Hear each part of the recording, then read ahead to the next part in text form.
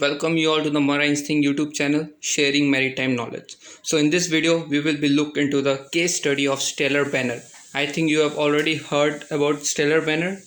So the what happened was at around 0000 UTC, February 25th, north of Sao Luis, Brazil, VLOC bulk carrier Stellar Banner loaded with ore developed heavy starboard side list with cargo deck partially underwater. So we will look after whole case study, what happened after that, what actions has been taken, and what recently has happened. So yes guys, moving further. So what are VLOCs? So let's find out what are VLOCs. And so the very large ore carriers are a special category of bulk carriers due to the increasing demand for ore from the fast growing economies in Asia and the Middle East. New ships are built with a dead weight of around 4 lakh tons. Guys, just imagine the size of the ship. The dead weight is around 4 lakh tons. So that's why this case becomes so popular, because of the dead weight also. So yes guys, moving further. If you are not following Marine's Thing on Instagram, you are missing a major chunk of maritime news and podcast, because I have already uploaded a podcast on Stellar Banner about the recent view what happened recently on Stellar Banner. So check it out on our Instagram. Link is in below. Follow us on Instagram. Also, yes, moving further, specifications of vessel Stellar Banner. So yes guys, a little bit of specifications.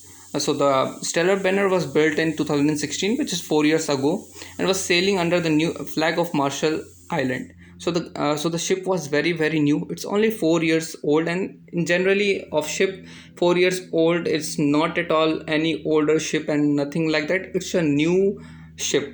So its carrying capacity was 3,660 dead weight. Guys, just imagine the ship. Her length overall was 340 meters and her width was 55 meters. Giant ship, guys, giant ship. So as I'm moving further, what happened on 24 and 25th February 2020. So guys, the ship Stellar Banner began developing a severe list to starboard 24 February 2020 evening around 9:30 p.m. local time after departing the Vale-owned Ponta da Madeira terminal in São Luís, Brazil. The vessel is now apparently also aground, which was like it wasn't now, and now it's already gone. The vessel was sink. So the now word is for the 25th February. And guys, AIS ship tracking data shows the ship departed Madeira on February 24, bound for Qingdao, China.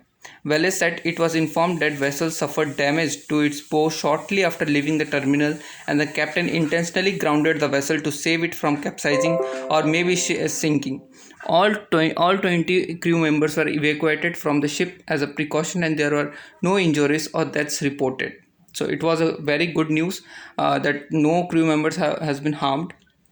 So as guys, moving further, so the actions, what actions has been taken after this major things happened. So on February 27 2020, following the listing of the giant ore carrier MV Stellar Banner off the coast of Sao Luis in northeastern Brazil, the relevant companies and authorities are scrambling to avoid a potential environmental disaster.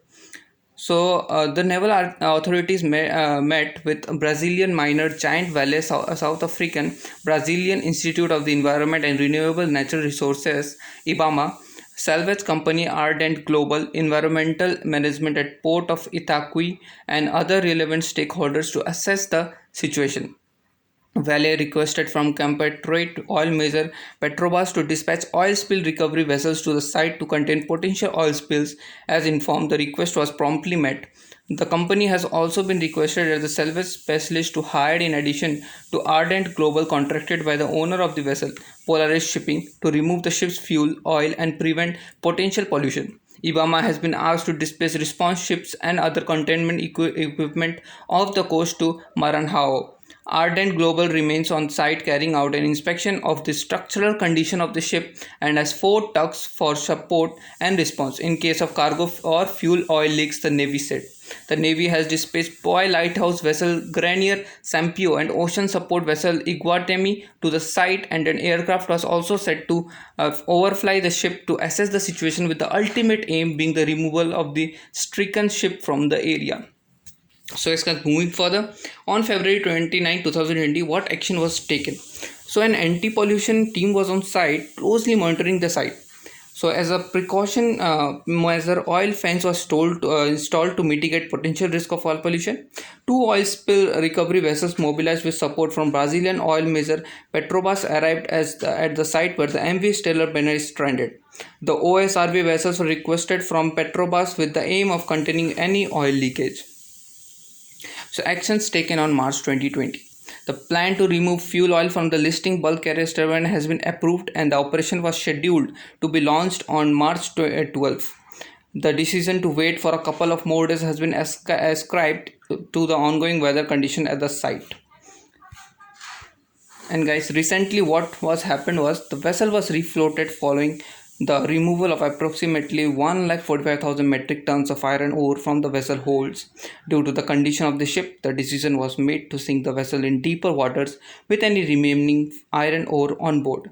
Authorities said they do not believe the remaining iron ore poses a threat to the marine environment. So guys, thank you for watching, and hit the subscribe button and like button so that you don't miss any video from Marine Instinct. And guys, signing off.